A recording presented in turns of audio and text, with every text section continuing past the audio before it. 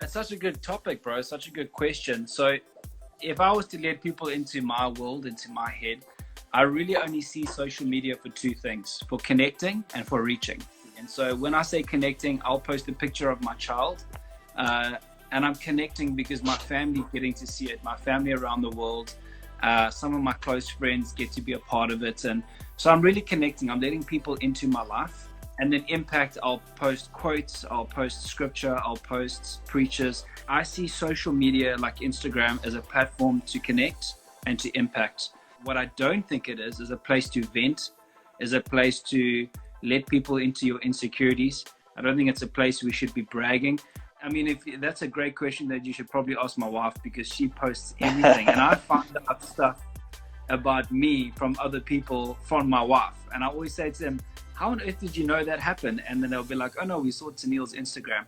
So I love social media.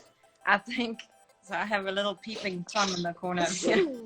What I love about it is that it helps. I love that it connects us with people. I think one of my biggest concerns about social media is that I think the motive behind why you are posting is quite important. So if you're, like Dusty said, if you're posting a picture of your breakfast because you're trying to portray a certain image, if you are posting a photo of you all dressed up to try and portray a certain image, then I feel then there's a problem. So I think for me, whenever I post, even if it's so meaningless and silly and it's like a picture of a sunset that I enjoy, it's the motive behind why I'm posting it is what I feel is important.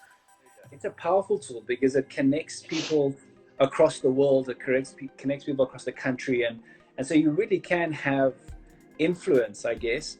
But yeah, I agree with you.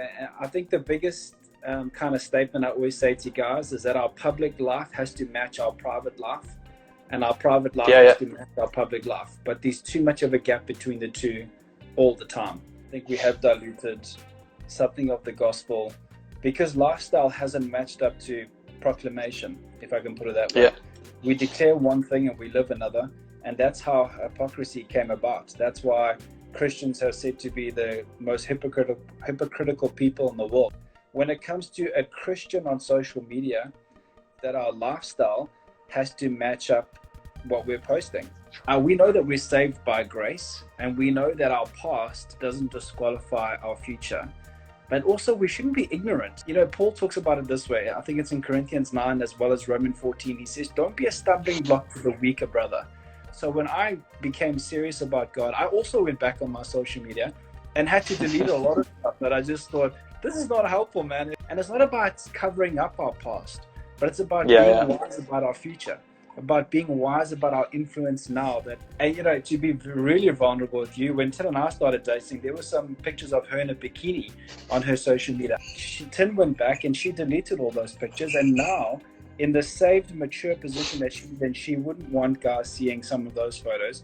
So she made a wise decision. I think the best way for us to use social media now is to be authentic, to be who you really are, not to post things that you think will make others happy, not to post things that you think will encourage other people, not to post things that you think would inspire other people, but to post things that inspire you, to post things that encourage you, to post things that are speaking to you. Anybody can get information, but not everybody can get revelation. And so I think that this day and time, we should be using social media to share revelation, to share what God is authentically, what is God doing in our lives. And even when I say authentic, I mean even things that we find funny. Let's post them so that we can have a good laugh. But I think we spend too much time thinking about how do we share, how do we encourage others? What word do we share that's going to make others inspired, help others? That's important that we're thinking about others.